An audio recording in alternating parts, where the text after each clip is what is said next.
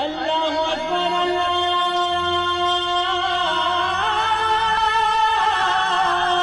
اکبر۔ السلام علیکم ورحمۃ اللہ وبرکاتہ۔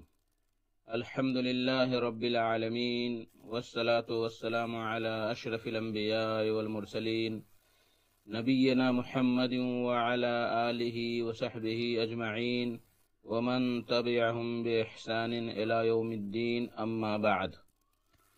میرے دوستو، بزرگوں، اسلامی بھائیوں اور بہنوں، سامعین و سامعات کرام، آج 4 محرم 1442 ہجری، 24 اگست 2020 عیسوی، 8 گتے بھادو 2077 بکرمی، سوموار کا دن، میں محمد مستقیم مدنی آپ لوگوں کی خدمت میں صدائے حق کا پروگرام لے کر حاضر ہو گیا ہوں، جو آپ روزانہ 1:30 بجے دن سے 2:15 بجے تک سماعت فرماتے آ رہے ہیں۔ آج بھی انشاءاللہ تبارک و تعالی معمول کے مطابق سب سے پہلے تلاوت قرآن مجید سنیں گے، اس کے بعد ایک نظم، پھر ایک اچھے عالم کا خطاب سماعت فرمائیں گے۔ تو لیجئے سب سے پہلے ہم اور آپ مل کر تلاوت قرآن مجید سنتے ہیں۔ بسم اللہ الرحمن الرحیم۔ یا بنی اسرائیل اذکروا نعمتی التي انعمت علیکم واوفوا بعہدی اوف بعہدکم وإیای فارہبون وآمنوا بما انزلت مصدقا لما معکم ولا تکونوا اول کافر به ولا تشتروا بآياتي ثمنا قليلا وإياي فاتقون ولا تلبسوا الحق بالباطل وتكتموا الحق وأنتم تعلمون وأقيموا الصلاة وآتوا الزكاة واركعوا مع الراكعين أتأمرون الناس بالبر وتنسون أنفسكم وأنتم تتلون الكتاب أفلا تعقلون واستعينوا بالصبر والصلاة وإنها لكبيرة إلا على الخاشعين الذين يظنون أنهم ملاقو ربهم وأنهم إليه راجعون يا بني إسرائيل اذكروا نعمتي التي أنعمت عليكم وأني فضلتكم على العالمين واتقوا يوما لا تجزي نفس عن نفس شيئا ولا يقبل منها شفاعة ولا يؤخذ منها عدل ولا هم ينصرون وإذ نجيناكم من آل فرعون يسومونكم سوء العذاب يذبحون أبناءكم ويستحيون نساءكم وفي ذلكم بلاء من ربكم عظيم وإذ فرقنا بكم البحر فأنجيناكم وأغرقنا آل فرعون وأنتم تنظرون اللہ اکبر اللہ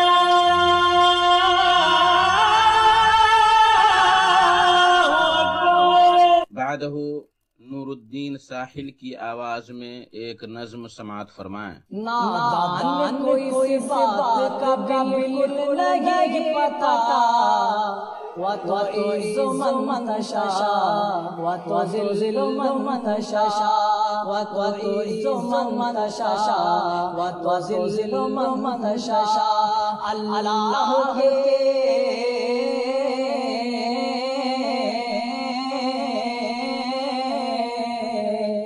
اللہ کے حضور یہ ہوتا ہے فیصلہ، وَتُعِزُّ مَن تَشَاءُ وَتُذِلُّ مَن تَشَاءُ نادان کوئی بات کا بالکل نہیں پتا، وَتُعِزُّ مَن تَشَاءُ وَتُذِلُّ مَن تَشَاءُ وَتُعِزُّ مَن تَشَاءُ وَتُذِلُّ مَن تَشَاءُ جھوٹی نازشات کی بارش فضول ہے، جھوٹی نازشات کی بارش فضول ہے، مجھ کو ذلیل کرنے کی سازش فضول ہے، مجھ کو ذلیل کرنے کی سازش فضول ہے، میرا قدم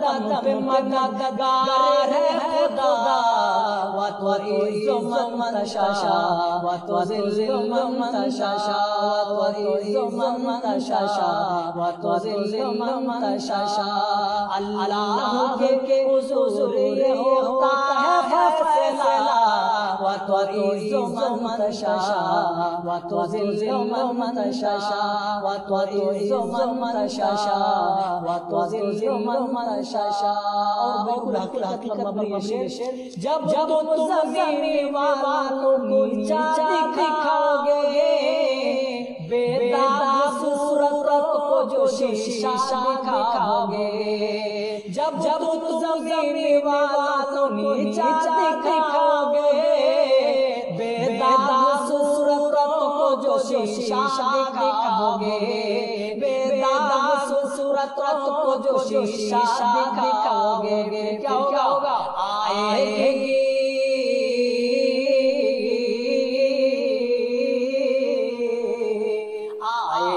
آسمان سے اس وقت یہ صدا وتعز من تشاء وتذل من تشاء وتعز من تشاء وتذل من تشاء نادان کو اس بات کا بالکل نہیں پتا وتعز من تشاء وتذل من تشاء اللہ کی طاقت دیکھیں بنجر زمین پہ پھول کی چادر بچھائے ہو اور پتھر کو پتھر بنائے ہو بنجر زمین پہ پھول کی چادر بچھائے ہو پتھر کو اور موم کو پتھر بنائے ہو اس کی رضا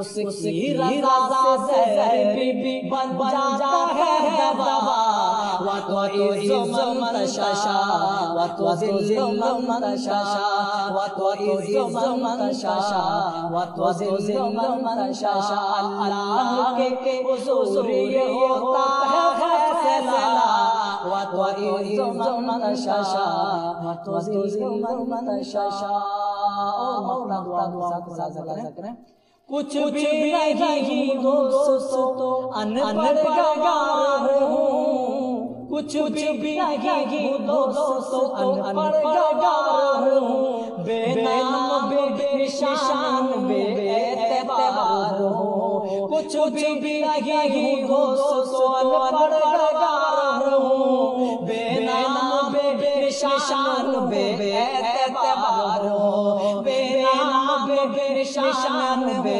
اعتبار ہو کرنے لگا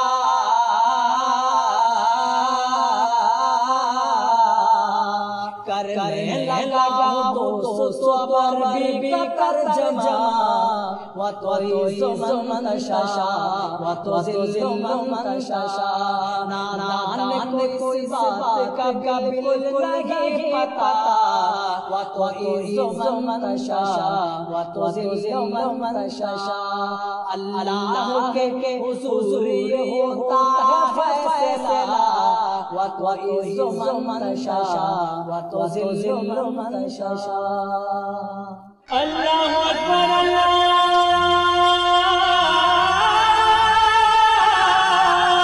اکبر۔ میرے محترم ساتھیوں، بزرگوں، دوستو، آج کا خطاب ہے فضیلت الشیخ عتیق الرحمن ریاضی صاحب کا، جو کلیہ سمیہ للبنات بلک ڈیہا کپل وستو نیپال میں مدرس ہیں، اور ان کا موضوع ہے علم کی اہمیت، ضرورت اور فضیلت۔ علم سے ہی انسان ترقی کرتا ہے، اور علم کے ذریعے سے ہی انسان اپنے والدین، اپنے خالق مالک اور اپنے نبی کو پہچانتا ہے۔ جس کے پاس علم نہیں ہے اس کے پاس کچھ نہیں ہے، وہ سب سے بڑا غریب انسان ہے۔ اس لیے علم کی اہمیت اور اس فضیلت اور ضرورت پہ فضیلت الشیخ خطاب فرمائیں گے، تو لیجئے ہم اور آپ مل کر ان کا خطاب سماعت کریں۔ السلام علیکم ورحمۃ اللہ وبرکاتہ۔ الحمد للہ رب العالمین والصلاة والسلام علی سید المرسلین وعلى آله وصحبه أجمعين. أما بعد، أعوذ بالله من الشيطان الرجيم. بسم الله الرحمن الرحيم. قل هل يستوي الذين يعلمون والذين لا يعلمون. محترم سامعین کرام، سب سے پہلے اس اللہ جل شانہ کی تعریف و توصیف ضروری ہے جس نے ہم سبھی لوگوں کو عقل و شعور والا بنایا اور علم کی دولت سے مالا مال کیا اور وحی کا پہلا کلمہ اقرا یعنی پڑھو اس پر عمل کرنے والا بنایا. یقیناً اللہ تعالیٰ کا فرمان قل هل يستوي الذين يعلمون والذين لا يعلمون یعنی جاننے والے اور نہ جاننے والے کبھی دونوں برابر نہیں ہو سکتے.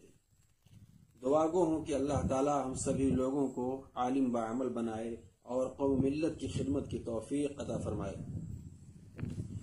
محترم حضرات، اولاد ماں باپ کے پاس امانت ہوتی ہے، اس لیے کھانے پینے اور لباس کے ساتھ ساتھ اللہ تعالیٰ کی مرضی کے مطابق ان کی اصلاح و تربیت کرنا والدین پر واجب ہے. اولاد کو بچپن ہی سے علم و ادب سکھلائیں تاکہ بڑے ہو کر والدین کی آنکھوں کی ٹھنڈک بنیں اور اپنے مالک حقیقی کی بندگی صحیح طرح سے کر سکیں. بچپن میں علم و ادب سکھلانا ایسے ہی ہے جیسے پتھر پر نقش ہو، اس لیے اپنے بچوں کو چھوٹا سمجھ کر ان سے غافل نہ ہو اور صرف اسکول و مدرسہ میں داخل کر کے اپنے بچوں سے چھٹکارا نہ لے لیں، کیونکہ بچوں کا زیادہ وقت تو گھر ہی پر گزرتا ہے. اس لیے یہ کہوں تو بیجا نہ ہوگا کہ تعلیم کا کام جہاں مدرسے والوں کا ہے وہیں اخلاق و تربیت میں زیادہ ذمہ داری گھر والوں کی ہے. آج میں اچھے اور تعلیم یافتہ گھروں کی بات کرتا ہوں کہ بچے اسکول سے جیسے ہی گھر پہنچتے ہیں ان کے ہاتھوں میں مہنگی سے مہنگی موبائل ہوتی ہے اور اپنا زیادہ وقت بچے بےہودہ پروگرام اور گیمز وغیرہ میں ضائع کرتے ہیں. والدین اور سرپرست حضرات سے پرخلوص گزارش کرتا ہوں کہ اللہ کے واسطے اپنے بچوں کو برباد ہونے سے بچائیں. سامعین محترم، ننھے منھے بچوں کے پروگرام میں شامل ہو کر بے انتہا خوشی محسوس ہو رہی ہے. اس طرح کی سرگرمیوں کا انعقاد ضرور ہونا چاہیے اور بچوں کے سرپرست حضرات کو بھرپور تعاون کرنا چاہیے، کیونکہ اس سے بچوں میں کمپٹیشن اور ان کے ذہنی صلاحیتوں میں کافی اضافہ ہوتا ہے اور قوم ملت کا مستقبل ان ہونہار بچوں سے وابستہ ہے. ان معصوم بچوں کے ذہنی و جسمانی صلاحیتوں کو اجاگر کرنے اور نکھارنے میں معاشرہ کے ہر فرد کو اپنا کردار ادا کرنا ہوگا. میں ملت کے ہر شخص کو آواز دے رہا ہوں، یہ بچے ملک قوم کے معمار اور عظیم سرمایہ ہیں، جن کی دیکھ بھال اور اچھی تعلیم و تربیت والدین اور معاشرہ پر ضروری ہے. یہ ابھی ٹمٹماتے ہوئے دیے ہیں، انشاءاللہ یہی مستقبل کے اجالے ہوں گے. یہ ابھی نازک کلیوں کی طرح ہیں، کل انشاءاللہ یہی پھول بن کر قوم ملت کو اپنی خوشیوں سے مہکائیں گے. یہ روپیوں پیسوں اور زر و جواہرات سے کافی قیمتی ہیں، تو جیسے آپ سونے چاندی کو خوب سنبھال کے رکھتے ہیں اس سے کہیں زیادہ ان کی حفاظت کیجیے. کاش ہم اپنے بچوں کے لیے حقیقی معنوں میں سنجیدہ ہوتے. ترقی یافتہ ممالک میں نسل نو کی تعمیر کے لیے لوگ بہت زیادہ پرجوش ہوتے ہیں اور خوب توجہ دیتے ہیں. ہمیں بھی ایسا ہی کرنا چاہیے اور یہ تو ہمارا قومی و اسلامی فریضہ ہے. اے امت محمدیہ کے غافل مسلمانوں، ہوش میں آؤ، عقل و خرد کو کام میں لاؤ، علم و عرفان میں کمال حاصل کرو، مدرسوں اسکولوں کے معیار کو بہتر بناؤ، صداقت و امانت، حرفت و صنعت، طب و سائنس ہر میدان میں آگے بڑھو. اپنے بچوں کو دوسروں کا غلام نہ بناؤ بلکہ انہیں عالم و فاضل، مفتی و ڈاکٹر بناؤ، صحافی اور جرنلسٹ بناؤ، میڈیا پر قبضہ کرو، وکیل اور قاضی بناؤ تاکہ عدل و انصاف کا بول بالا ہو سکے اور معاشرہ میں امن و امان کی فضا قائم ہو سکے. سامعین محترم، ہم ایک مکان تعمیر کرنے کا ارادہ کرتے ہیں تو سب سے پہلے اچھے انجینئر سے پلان و خاکہ بنواتے ہیں اور پھر انجینئر کے مشورہ کے مطابق عمدہ کوالٹی کا مٹیریل استعمال کیا جاتا ہے اور اچھے راجگیروں سے دیوار کی چنوائی کرتے ہیں. اسی طرح مرحلہ وار ایک شاندار عمارت تیار ہوتی ہے. قوم ملت کی تعمیر و ترقی، استحکام و عروج اور ان کے خوابوں کی تعبیر ان طلبہ ہی سے وابستہ ہے. زندگی کے ہر شعبے میں ترقی اور کامیابی کے لیے علم کی روشنی ہی کی ضرورت پڑتی ہے اور یہ ضرورت طلبہ ہی پوری کرتے ہیں. اس لیے قوم کے بچوں کو صحیح تعلیم و تربیت سے آراستہ کرنا ہم سب کا قومی، دینی اور اخلاقی فریضہ ہے. اگر یہ بنیاد کھوکھلی اور کمزور رہ گئی، اینٹ سیمنٹ اور سریے معیاری نہیں رہے تو آگے چل کر ساری عمارت متزلزل و متاثر ہو سکتی ہے۔ اگر آج کے بچے اور طالب علم کا کاہل، بے روح اور بے صلاحیت، کم ہمت و ناکارہ ہوں گے، تعلیم و تہذیب سے عاری ہوں گے، تو کل قوم کی تعمیر اور عمارت بھی ایسے ہی ہوگی۔ اس لیے چاہیے کہ ہم سبھی لوگ بیدار ہوں، صحیح نظام تعلیم کے ساتھ درست نصاب تعلیم والے مدرسوں اسکولوں کو فروغ دیں۔ جب تک بچوں کے سرپرست، اساتذہ، طلباء اور مدرسہ کے ذمہ داران ایک نہیں ہوں گے، ایک دوسرے کی مدد نہیں کریں گے، اس وقت تک حقیقی معنوں میں مدرسہ نہیں ہو سکتا۔ ہم اساتذہ کا ادب احترام کریں، ان کا احسان مانیں اور شکریہ ادا کریں کہ مہنگائی کے اس دور میں معمولی سی تنخواہ میں وہ ہمارے بچوں کو خوشی خوشی پڑھانے اور چمکانے اور سنوارنے میں لگے رہتے ہیں۔ اللہ رب العالمین جزائے خیر عطا فرمائے اور رحم فرمائے قوم و ملت کے ان پتواروں پر۔ میں اساتذہ کرام سے بھی مؤدبانہ گزارش کروں گا کہ بچوں کو کتابیں پڑھانے کے ساتھ ساتھ ان کی ذہنی، جسمانی اور روحانی نشو و نما کو بہتر بنائیں اور ان کے اندر کی خفیہ صلاحیتوں کو بیدار کریں، انہیں فکر و نظر، شعور و ادراک، علم و آگہی سے مالا مال کریں۔ صرف مارک شیٹ اور ڈگری ہی پر نظر نہ رکھیں بلکہ عملی طور پر انہیں پاکیزہ اخلاق، شائستہ اطوار والا بنائیں۔ اگر دل سے آپ چاہیں گے اور ایسا کریں گے تو یقیناً وہ دن دور نہیں، یہی طلباء آنے والے کل میں قومی ترقی کے اوج سماوات یعنی آسمان کی بلندی کو چھو سکتے ہیں، سنگلاخ پہاڑوں کو سونا اگلنے پر مجبور کر سکتے ہیں، کانٹوں کو پھول اور مٹی کو سونا بنا سکتے ہیں، بے چین سماج اور درد سے کراہ رہی انسانیت کو امن و سکون کا جام پلا سکتے ہیں، بگڑے ہوئے لوگوں اور گنہگاروں سے معاشرہ کو پاک صاف کر سکتے ہیں۔ دینی و ملی بھائیوں، اب آئیے قرآن و حدیث کی روشنی میں کچھ باتیں درس و تدریس اور تعلیم و تعلم کے متعلق عرض کروں۔ قرآن مجید سیکھنے اور سکھلانے والے دوسرے تمام علوم کے سیکھنے والے لوگوں سے افضل ہیں۔ نبی اکرم صلی اللہ علیہ وسلم کی حدیث، خیرکم من تعلم القرآن وعلمہ، تم میں سے بہتر وہ ہے جو قرآن کو سیکھے اور سکھلائے۔ قرآن مجید سیکھنے والے اللہ تعالی ان پر چار چیزوں سے، قرآن مجید سیکھنے والے کو اللہ تعالیٰ چار چیزوں سے نوازتے ہیں۔ ان پر سکینت نازل ہوتی ہے، ان پر اللہ تعالیٰ کی رحمت سایہ فگن ہوتی ہے، فرشتے ان کے ارد گرد احتراماً کھڑے ہوتے ہیں، اللہ تعالیٰ ان کا ذکر فخریہ طور پر فرشتوں کے سامنے کرتے ہیں۔ عن ابي هريره رضي الله تعالى عنه قال قال رسول الله صلى الله عليه وسلم ما اجتمع قوم في بيت من بيوت الله يتلون كتاب الله ويتدارسونه بينهم الا نزلت عليهم السكينه وغشيتهم الرحمه وحفتهم الملائكه وذكرهم الله في من عنده ومن بطأ به امره لم يسرع به نسبه۔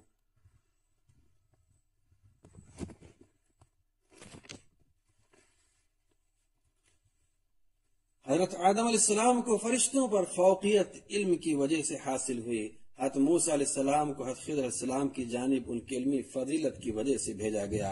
امیر المومنین خلیفۃ المسلمین حضرت عمر فاروق رضی اللہ عنہ سے پوچھا گیا کہ اتنی بڑی مملکت کے باوجود دل میں کوئی حسرت؟ تو آپ نے فرمایا کاش میں ایک معلم ہوتا۔ وہ قوم جس کے نبی کو پہلا حکم اقرا یعنی پڑھو ہوا اور عالم کو زاہد پر فضیلت دی گئی اور ایک عالم کی موت کو عالم کی موت سے تشبیہ دی گئی، وہ قوم جو دنیا کی جہالت کو ختم کرنے کے لیے وجود میں آئی تھی، صدیوں تک دنیا کی سرداری کرتے کرتے آخر تھک کیوں گئی، جس کتاب نے ان کو علم کی طاقت اور علم کی روشنی بخشی تھی اس کو انہوں نے خوبصورت غلاف میں لپیٹ کر رکھ دیا۔ نتیجہ یہ ہوا کہ ان کی ترقی کی رفتار رک گئی اور امامت کے منصب سے مسلمان معزول ہو گئے۔ ایک ایسی امت جو اپنی ایک شاندار تاریخ رکھتی تھی، جس کا ڈنکا پورے عالم میں بج رہا تھا، جس کی فتوحات کا سلسلہ کبھی رکتا نہیں تھا، جس کا سورج کبھی غروب نہیں ہوتا تھا۔ علامہ اقبال نے کہا ہے، دست و دست ہے دریا بھی نہ چھوڑے ہم نے، بحر ظلمات میں دوڑا دیے گھوڑے ہم نے۔ وہ قوم جس نے ایسی عظیم شخصیات جنم دی کہ جنہوں نے علم و فن کے ہر میدان میں بنیاد رکھنے کا کام کیا۔ مثال کے طور پر ابن سینا ماہر طب و عظیم فلاسفر تھے، البیرونی ماہر علم نجوم و ماہر ریاضی تھے، فارابی ماہر فلسفی تھے، جابر بن حیان ماہر علم کیمیا تھے، وغیرہ وغیرہ۔ یقیناً اسلامی تاریخ میں ایسے لوگ کثیر تعداد میں موجود ہیں جنہوں نے مختلف علوم و فنون میں مہارت حاصل کی اور ایسے کارنامے انجام دیے کہ ان سے آج تک دنیا مستفید ہو رہی ہے، لیکن افسوس صد افسوس، گنوا دی ہم نے جو اسلاف سے میراث پائی تھی، ثریا سے زمین پر آسمان نے ہم کو دے مارا۔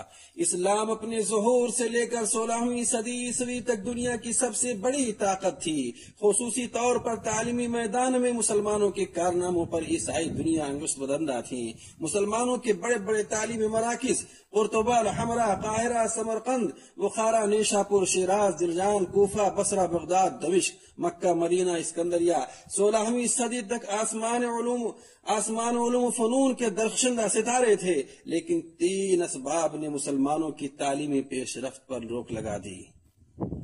1256 عیسوی میں سقوط بغداد، تاتاریوں کا حملہ، 1492 عیسوی میں سقوط اندلس، ان 3 اسباب نے اسلامی دنیا پر مایوسی پیدا کر دی اور عصری علوم سے ہمارا ناطہ ایسا ٹوٹا کہ ہم اپنے اسلاف کے کارناموں سے بھی بے خبر ہو گئے، یہاں تک کہ ہمارے اسلاف نے علم طب، ریاضی، جغرافیہ، طبقات الارض، علم طبیعات، علم کیمیا، علم نباتات اور حیوانات پر جو سینکڑوں جلدوں پر مشتمل کتابیں لکھی تھیں، کچھ کو تو عیسائیوں نے جلا دیں اور کچھ کو اپنی تحقیق کا محور بنا کر وہ کارنامے انجام دیے جو جگ ظاہر ہے۔ تبھی تو علامہ اقبال نے کہا تھا، مگر وہ علم کے موتی کتابیں اپنے آبا کی، جو دیکھیں ان کو یورپ میں تو دل ہوتا ہے سی پارا۔ سامعین محترم، ہمارے اسلاف نے عصری علوم کو مد نظر رکھتے ہوئے ہی کہا تھا، من جہل بأہل زمانہ فہو جاہل، اور فقہ زمانہ امام ابو یوسف رحمہ اللہ کا قول ہے، من جہل بأہل زمانہ فلم یجوز لہ الفتیا، اور قرآن کریم میں تقریباً 750 مرتبہ انسان کو فطرت کا مطالعہ کرنے اور اس پر غور کرنے کی ترغیب دی گئی ہے۔ لیکن 16ویں صدی میں یورپ میں نشاط ثانیہ ہوئی، چھاپا خانہ ایجاد ہوا، صنعتی انقلاب آیا، جنگی اسلحہ کی تو حیت ہی بدل گئی۔ یورپی سیاحوں نے پوری دنیا کا چکر لگا کر ایشیا اور افریقہ پر اپنا قبضہ جما لیا، چنانچہ لگ بھگ 2 سالوں میں پوری دنیا یورپ کی غلام بن گئی۔ آدھی دنیا پر برطانیہ کا قبضہ اور آدھی دنیا پر یورپی ممالک کا قبضہ، اور سلطنت عثمانیہ کا رقبہ سکڑ کر صرف ترکی تک محدود ہو گیا۔ وہیں سے علمی، فکری، معاشی، عسکری، ثقافتی ہر اعتبار سے مسلمان یورپ کے غلام ہو گئے۔ شور ہے ہو گئے دنیا سے مسلمان نابود، ہم یہ کہتے ہیں کہ تھے بھی کہیں مسلم موجود، وضع میں تم ہو نصارہ تو تمدن میں ہنود، یہ مسلمان ہیں جنہیں دیکھ کے شرمائے یہود، یوں تو سید بھی ہو، مرزا بھی ہو، افغان بھی ہو، تم سبھی کچھ بھی ہو، بتاؤ تو مسلمان بھی ہو۔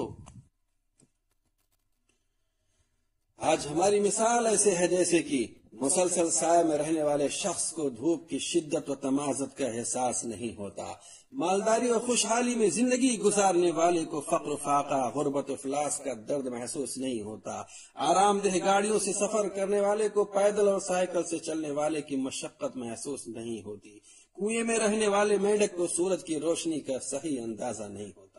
جہالت کی تاریکی کا غلبہ اس قدر ہم پر اثر انداز ہے کہ ہم جیسے ہیں اسی پر مست ہیں۔ گاؤں کے چند بزرگ مسجد میں کیا آ گئے کہ عبادت کا حق ادا ہو گیا، زکوٰۃ کا غلہ اسکول میں پہنچا دیا، مدرسے کا حق ادا ہو گیا۔ ہمارے نوجوانوں نے روڈ پر موٹر سائیکل کیا دوڑا لیا کہ ساری ترقی ان کے قدموں میں سمٹ گئی۔ شادی بیاہ میں دھوم دھڑاکہ مچا لیا، دولت و شہرت والے بن گئے۔ خواتین کے نقاب سے دوپٹہ غائب ہو گیا، ان کا حسن بناؤ سگار اور فیشن بازاروں کی نظر ہو گیا۔ آج یہی ہم مسلمانوں کی تہذیب اور پہچان بن گئی ہے۔ رنگ برنگے بال اور آدھے سروں سے غائب ہمارے بال ہو گئے، کپڑوں میں بھی پیمند اور مختلف اسٹیکر، ڈیمیج اور سوراخ ہو گئے۔ لباس کے باوجود مردوں اور عورتوں کے شرمگاہ ظاہر ہونے لگے۔ ضلالت، رسالت، گمراہی اور پسماندگی کا یہ عالم پھر بھی ڈنکا بج رہا ہے کہ ہم سچے مسلمان ہیں۔ ماتم کرو اپنی اس عقل پر، ماتم کرو اپنی اس سوچ پر، ماتم کرو اپنے اس فیشن پر۔ قوت فکر و عمل پہلے فنا ہوتی ہے، تب کسی قوم کی شوکت پہ زوال آتا ہے۔ ایسا رہا کرو کہ کریں لوگ آرزو، ایسا چلن چلو کہ زمانہ مثال دے۔ آج ہم مسجدوں کے نام پر سر کٹا سکتے ہیں لیکن مسجدوں میں سر جھکا نہیں سکتے. نبی صلی اللہ علیہ وسلم کا نام آنے پر جھوم جاتے ہیں لیکن نبی صلی اللہ علیہ وسلم کا حکام آنے پر گھوم جاتے ہیں. تقریریں سنا سکتے ہیں، دوسروں کو دین کی باتیں بتا سکتے ہیں، مگر اپنے گھر کے لوگوں کو، اپنی بیوی بچوں کو دین کا لگام نہیں لگا سکتے. مسجدیں دن بدن مزین ہو رہی ہیں، مسجدوں کو سجانے و سنوارنے میں لگے ہوئے ہیں، لیکن اس کے باوجود ہماری مسجدیں ویران اور سونی نظر آتی ہیں. صحیح ڈھنگ سے اذان و اقامت اور امامت کرنے والا کوئی نہیں. رہ گئی رسم اذان روح بلالی نہ رہی، فلسفہ رہ گیا تلقین غزالی نہ رہی، واعظ قوم کی وہ پختہ خیالی نہ رہی، برق طبعی نہ رہی، شعلہ مقالی نہ رہی. مسجدیں مر سے خواہ ہیں کہ نمازی نہ رہے، یعنی وہ صاحب اوصاف حجازی نہ رہے. آج ہمارے بچے اگر گھروں کے سامان کو توڑ دیں، گاڑی کو نقصان پہنچا دیں تو ہم انہیں ڈانٹتے ڈھپٹتے ہیں، وارننگ دیتے ہیں. لیکن افسوس وہی بچے صبح و شام اللہ اور اس کے رسول صلی اللہ علیہ وسلم کی نافرمانی میں لگے رہتے ہیں، لیکن ہماری زبانیں گنگ رہتی ہیں. آج ہماری نسلیں برباد ہو رہی ہیں، چونکہ جس زمین پر بارش نہ ہو وہاں کی فصلیں برباد ہو جاتی ہیں. ایسے ہی جن گھروں میں صحیح تعلیم و تربیت نہ ہو وہاں کی نسلیں برباد ہو جاتی ہیں. یاد رکھو کہ قوم مذہب سے ہے، مذہب جو نہیں تم بھی نہیں. قوم مذہب سے ہے، مذہب جو نہیں تم بھی نہیں. جذب باہم جو نہیں، محفل انجم بھی نہیں. جن کو آتا نہیں دنیا میں کوئی فن تم ہو، جن کو آتا نہیں دنیا میں کوئی فن تم ہو، نہیں جس قوم کو پروائے نشیمن تم ہو. علم دوست ساتھیو، ملکی سطح پر اور عالمی سطح پر چھائے ہوئے بدترین حالات کا تجزیہ بتاتا ہے کہ یہ ہمارے دین سے دوری، یہ ہمارے دین سے بیزاری اور ذمہ داری سے چشم پوشی کا نتیجہ ہے. اسلامی شاعر کی پامالی اور اسلامی شناخت کی نایابی ہی وجہ ہے. اسلامی شاعر کی پامالی اور اسلامی شناخت کی نایابی ہی وجہ ہے، جس کے پاداش میں یہ تشویشناک و ہولناک منظرنامہ درپیش ہے.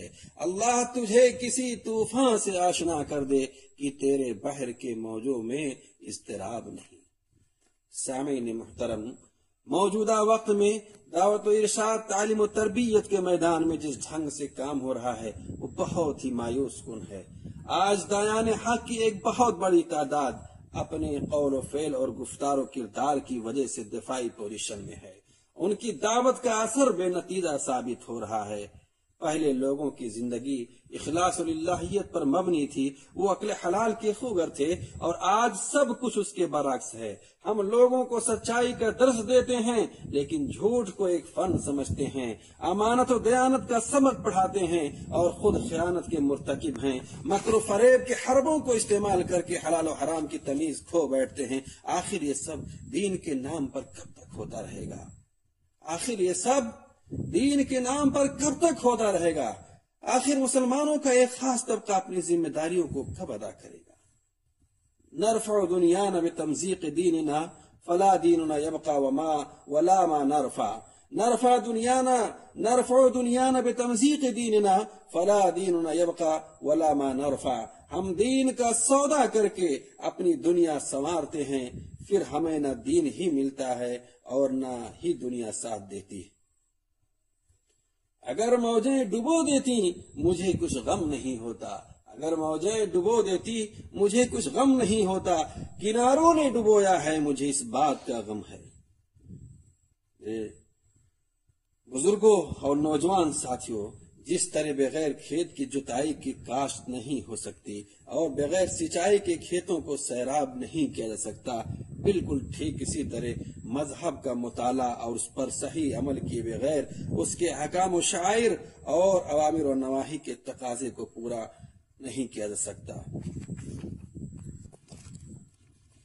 بلا قرآن و حدیث کی تعلیم اور اس پر عمل کیے بغیر مسلمانوں کی بالادستی قائم نہیں ہو سکتی. اس لیے ضرورت ہے کہ علم و عمل کے میدان اور ماحول کو سازگار بنائیں. اگر نوجوان غیر تعلیم یافتہ ہوں گے یا محض دینی تعلیم ہی کے شرف سے مشرف ہوں گے تو وقت کے جدید تقاضوں سے ناآشنائی کے سبب دور حاضر کے مختلف چیلنجز کا مقابلہ کس طرح کریں گے؟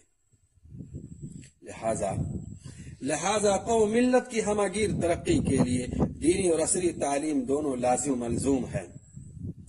دینی تعلیم اگر روح ہے میرے بھائیوں، دینی تعلیم اگر روح ہے تو عصری تعلیم جسم کے مانند ہے، لہذا جسم سے روح اگر نکل جائے تو پھر جسم کا کیا مطلب؟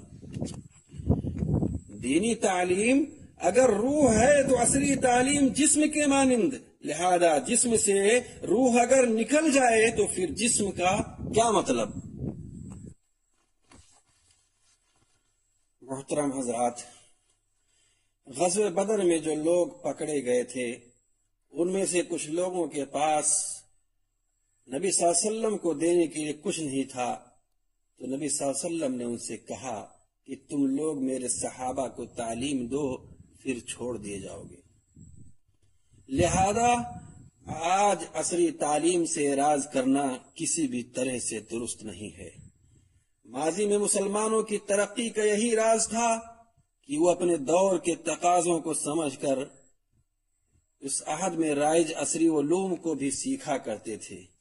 یہی وجہ ہے کہ وہ ہر میدان میں کامیاب و کامران تھے۔ اللہ رب العالمین ہم سبھی لوگوں کو صحیح سمجھ عطا فرمائے۔ حضرات، میں جس بات کو کہنا چاہتا ہوں وہ یہ ہے کہ ہم ایسا مدرسہ اور تعلیم گاہ قائم کریں اور تعلیم کا ایسا بندوبست کریں، ایسا مدرسہ قائم کریں، تعلیم کا ایسا بندوبست اس میں ہو کہ امت مسلمہ کا ہر بچہ پڑھا لکھا بن جائے اور ہر بچہ صحیح انسان بن جائے اور دینی و عصری علوم کے ان عام معلومات سے واقف رہے جن چیزوں کی اسے روزمرہ ضرورت پیش آتی ہے۔ امت مسلمہ کو دین اور دنیا کے ہر اچھے فن میں ایسے ماہرین فن مل جائیں کہ مسابقے اور مقابلے کے وقت ہم غیروں سے پیچھے نہ رہیں بلکہ ہر میدان میں کامیابی کا گول ہمارے ہاتھ میں ہو۔ دوسری جنگ عظیم میں ہیروشیما اور ناگاسا ایٹمی قیامت برداشت کرنے والے ملک جاپان نے تعلیم پر محنت کرنے ہی کو اپنے ملک و قوم کی تعمیر نو کا واحد حل سمجھا۔ آج اس ملک کی ٹوکیو یونیورسٹی کو اگر ایشیا کی سب سے اول درجہ کی یونیورسٹی کا رینک حاصل ہے تو اس کی وجہ یہ ہے کہ وہاں ایک مؤثر انتہائی پرائمری تعلیمی نظام قائم ہے۔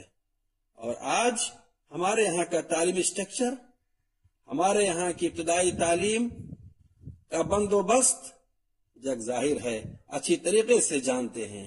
ہمارے یہاں کا حال یہ ہے کہ 2 مدرس 200 بچوں کو پڑھاتے ہیں، یہ ہماری حالت ہے۔ میرے بھائیوں، کہاں ہیں ہم؟ کون سا خواب دیکھ رہے ہیں؟ کیسے ترقی ممکن ہے؟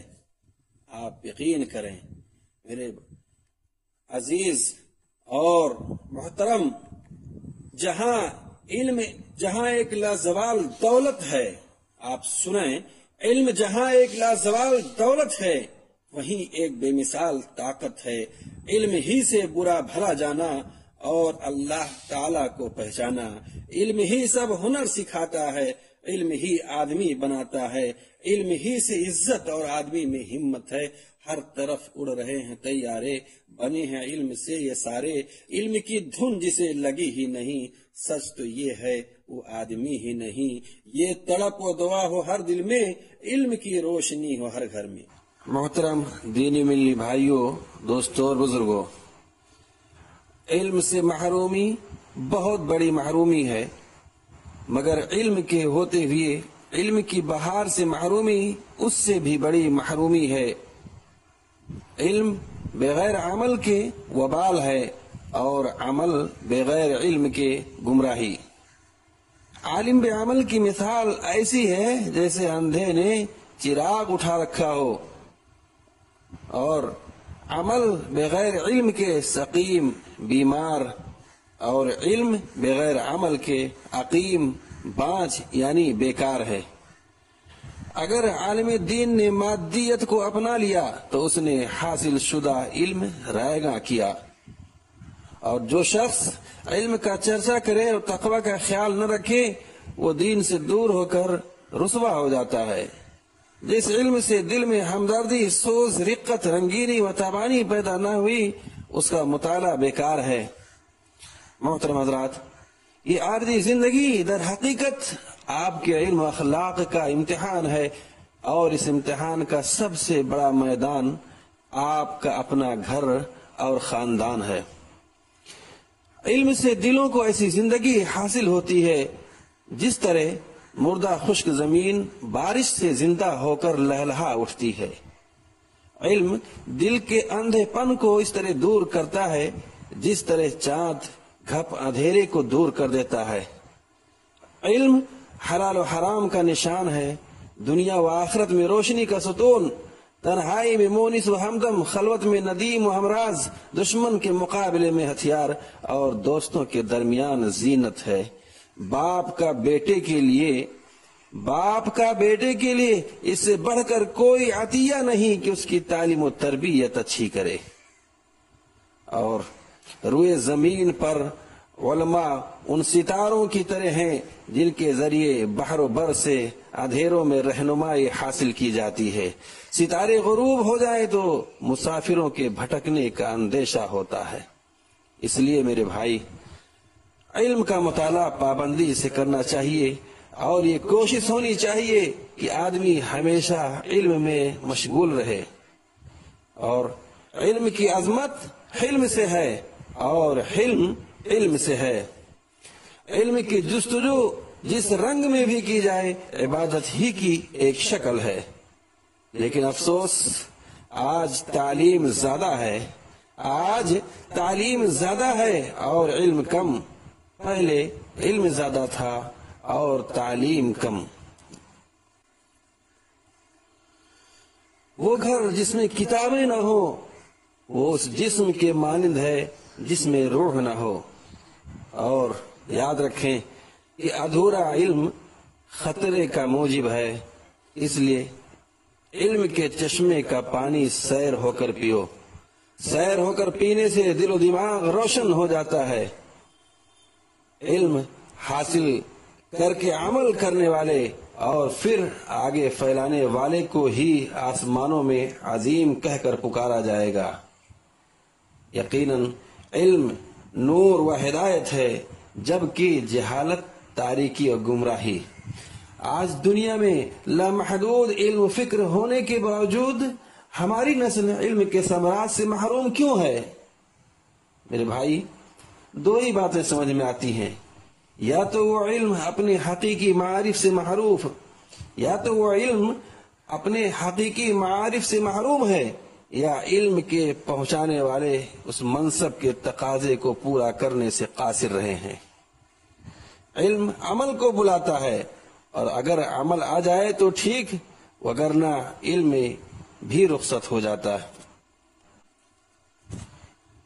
جیسا کہ آپ جانتے ہیں کہ جو آدمی طلب علم میں کوئی راستہ طے کرے، اللہ تعالیٰ اسے جنت کا راستہ عطا کرے گا۔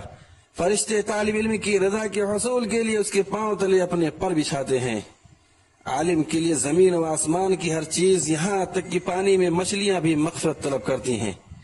علماء انبیاء کرام کے وارث ہیں۔ انبیاء کرام کی وراثت درہم و دینار نہیں، بلکہ ان کی میراث علم ہے۔ سامعین محترم، علماء اس امت کے وہ منتخب گروہ ہیں جنہوں نے اللہ کے دین کو سیکھنے کے لیے اپنا گھر بار چھوڑا ہے، پھر دعوت کے کام میں لگ گئے اور انذار و تبلیغ و تدریس کے مہم پر گامزن ہیں۔ لہذا علماء کی ذمہ داری ہے کہ لوگوں کے بیچ میں رہیں اور وراثت انبیاء کی ذمہ داری نبھائیں، گوشہ گیری سے دستبردار ہوں، لوگوں کے رنج و غم اور مشکلات میں شریک ہوں۔ فقط تدریس و تبلیغ پر اکتفا نہ کریں، بلکہ لوگوں کی تربیت، تہذیب اور رہنمائی کے لیے کمر بستہ ہوں۔ پس علماء ہی ہر دور میں لوگوں کے رہبر رہے ہیں اور اس وقت تک رہیں گے جب تک اللہ رب العالمین کا امر یعنی قیامت نہ آ جائے۔ لہذا جب علماء کا اس قدر بلند مقام اور ان کا اتنا اہم کردار ہے تو یہ ہرگز مناسب نہیں کہ ان کی اکثریت دعوت اللہ کے تئیں کوتاہ ثابت ہو اور وہ لوگوں کو ایسی قیادت سے محروم کر دیں جو انہیں خیر و بھلائی کی دعوت دیتی ہے۔ تاریخ کا ایک وقت وہ تھا جب مسلمان مفکرین اور دانشوروں کی کتابیں مغرب کی دانش گاہوں میں پڑھائی جاتی تھیں، اور تاریخ کا ایک وقت آج یہ ہے کہ ہم مغرب کے مفکرین کے شیدائی ہیں۔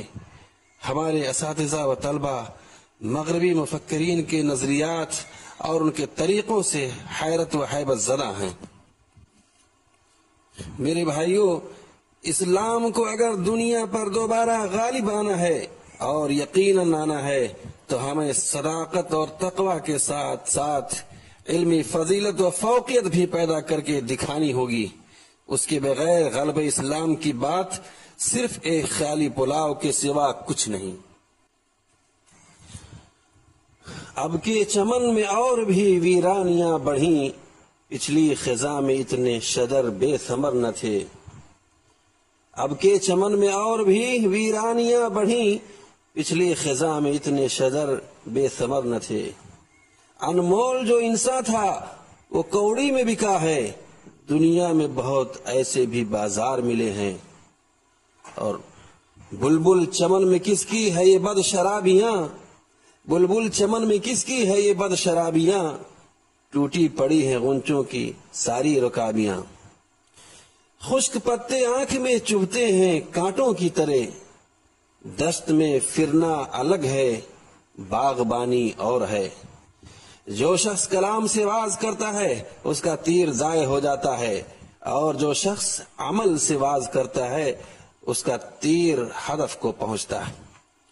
علم عمل کو بلاتا ہے، اگر عمل آ جائے تو ٹھیک، وگرنہ علم بھی رخصت ہو جاتا ہے، اور جس کا قول و فعل موافق نہ ہو وہ اپنے آپ کو ہی توبیخ کرتا ہے۔ تم لوگوں کی بیماری و کمزوری کا علاج کرتے ہو، تم لوگوں کی بیماری و کمزوری کا علاج کرتے ہو، جبکہ تم خود لاگر کمزور اور بیمار ہو۔ کیا تعجب کی بات نہیں کہ آدمی دوسرے کو کنویں سے نکالے اور خود کنویں میں کود پڑے، دوسروں کو جنت کا راستہ بتائے اور خود جہنم کے راستے پر گامزن ہو، دوسروں کے گھر کی آگ بجھائے اور خود اپنے گھر میں شعلے بھڑکائے۔ علماء اللہ کی رضا جوئی کے لیے کام کرتے ہیں تو ہر کوئی ان سے ڈرتا ہے، اور اگر وہ دنیا طلبی میں لگ جائیں تو انہیں ہر ایک سے ڈرنا پڑتا ہے۔ اس لیے میرے مسلمان بھائیوں، اپنے دلوں میں اللہ کا خوف پیدا کرو۔ آج زلزلوں سے ڈرتے ہو، کبھی تم خود ایک زلزلہ تھے۔ آج اندھیروں سے کانپتے ہو، کیا تمہیں یاد نہیں کہ تمہارا وجود خود ایک اجالا تھا؟ وہ تمہارے اسلاف تھے جنہوں نے اپنے دلوں سے غیر اللہ کا خوف نکال کر خوف الہی کو اپنے دلوں میں بسایا اور سمندروں میں اتر گئے۔ جنگلی جانوروں درندوں نے ان کے لیے جنگل خالی کر دیا۔ اخیر میں اللہ رب العالمین سے دعا ہے کہ یا رب العالمین تو ہمیں علم و عمل والا بنائے، اپنے فضل و کرم سے ہم سبھی لوگوں کو اچھے اعمال اور اچھے کردار کا حامل بنائے، اور اپنے برگزیدہ رسول صلی اللہ علیہ وسلم کی اطاعت اور دین اسلام کی نشر و اشاعت کی توفیق عطا فرمائے۔ آمین یا رب العالمین۔ وآخر دعوانا ان الحمد للہ رب العالمین، والسلام علیکم ورحمۃ اللہ وبرکاتہ۔ اللہ اکبر اللہ